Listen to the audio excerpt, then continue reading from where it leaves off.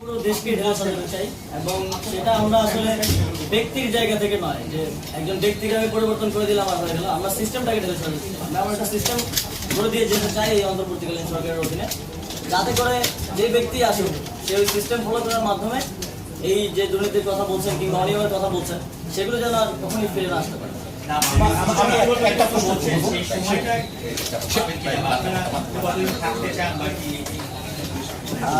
থাকতে চাওয়ার বিষয় নেই এখানে।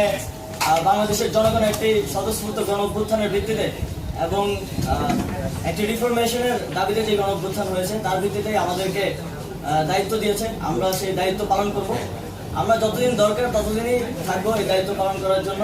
আমাদের যারা আছেন আমাদের অন্তর্বর্তীকালীন সরকারে কারোরই আসলে ক্ষমতা ধরে রাখার বা ক্ষমতায় থাকার অভিলাষটা নেই। আপনারা দেখতে পারেন সেখানে শিক্ষক আছেন, মানবাধিকার কর্মী আছেন, আমরা ছাত্ররা আছি। মাননীয় উপদেষ্টা সেটি হচ্ছে